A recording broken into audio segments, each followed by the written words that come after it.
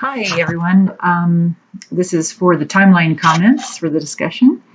And all three timelines and the infographic, I thought, were tools that helped us visualize what has been happening in past years in instructional design.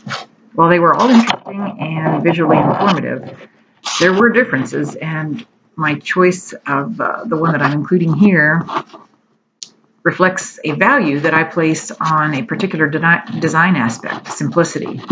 From a learner's perspective, I assumed that the goal of viewing the media was to learn something. In this case, to get an overview of the history of the learning technology field, and that was a goal listed in the overview of this discussion assignment and in the learning objectives, and to describe the characteristics of instructional multimedia and the historical development of its use in instruction, and identify the teaching and learning opportunities created by the use of instructional multimedia. These were all the learning objectives and instructions. So I went with those goals and the question prompts and viewed the timelines accordingly. I found that with so much information, organization and simplicity were important so that I could sort the information in my mind and draw some insights from it. So I chose the time toast to talk about. It was simple and easy to view. The tiki-taki and the preceding timelines were more visually fun to look at and to play around with. Then I'm glad to have been exposed to them, but the time toast helped me the most with the history. An interesting fact I learned from this product was that Gagne integrated Skinner's behaviorism into his conditions and 9 events of learning. It would be a relationship worth connecting because my ideas about behaviorism are evolving. I'm questioning why and how outward behavior is indicative of learning. There weren't many fun facts on this timeline due to its simplicity, but there were plenty of fun facts in the others, and they were enjoyable to look at. So Time Toast looked like it was designed with simplicity in mind, offering choices of a slider bar or a list view with which to view the site. The list view, though, added some big ads that were distracting, so I went with the slider bar option. Another question prompt was any changes that I would suggest, and my suggested changes reflect yet another design aspect that I value, completeness. The Time Toast product, while it was simple and informative, could have gained from a little bit more elaboration of its content. It kind of looked like it was a completed class project, a project that had a very clear goal that was achieved, presenting a history, but it left me wanting a little bit more. It was a good thing that it was listed first. Not that I always follow the order of resources presented to us in a class, but in this case I did. And it was a good refresher or introductory material for the following timelines, the ones by Tiki Taki and Preceding. So what are the specific additions that I would include to Time Toast? I would change the dates.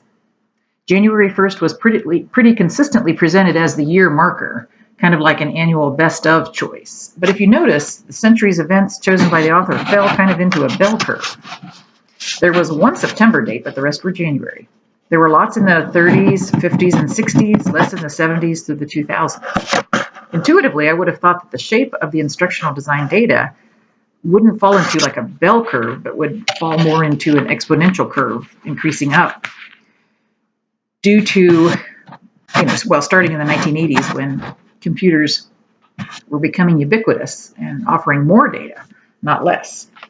So I had more dates of significance throughout the years and more instructional design events that happened in the later years.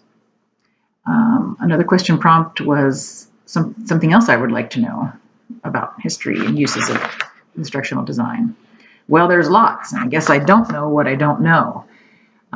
These timelines gave a good framework for what to search for in the future, and I'm sure more classes will cover the missing information. And some questions I still have.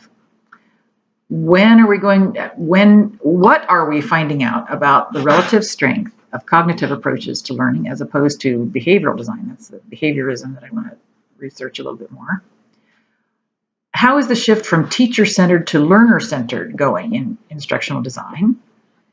And how are we going to measure learning from whatever method we use? Here again, I'm new to all this theory, but as a lifelong learner, I consider myself being a practitioner of learning my whole life. So there's many questions I still ponder.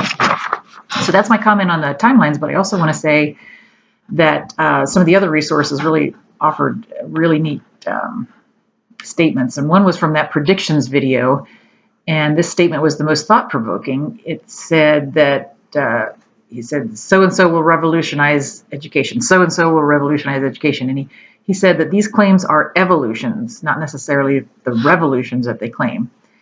So that's what I thought was pretty neat about the other resources, not just the timelines.